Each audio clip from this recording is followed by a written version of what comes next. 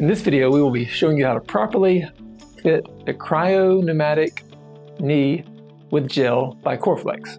First thing you want to do is have a barrier between the skin and the gel.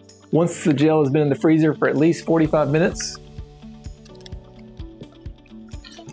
you can apply it to inside the brace. From here, you just start with the lower strap and upper strap across the thigh. From here you can pump up to get the compression. Once you've pumped it to patient's desired fitting, you can then either remove it by turning in the off position,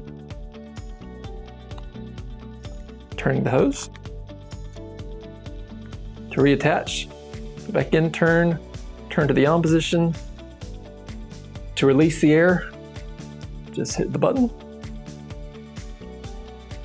This also comes with optional hinges. These hinges, they just need to be applied to the lateral and medial side of the knee.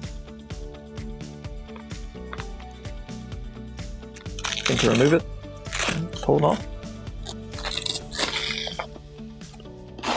And that is how you fit the Cryo Pneumatic Knee by Corflex.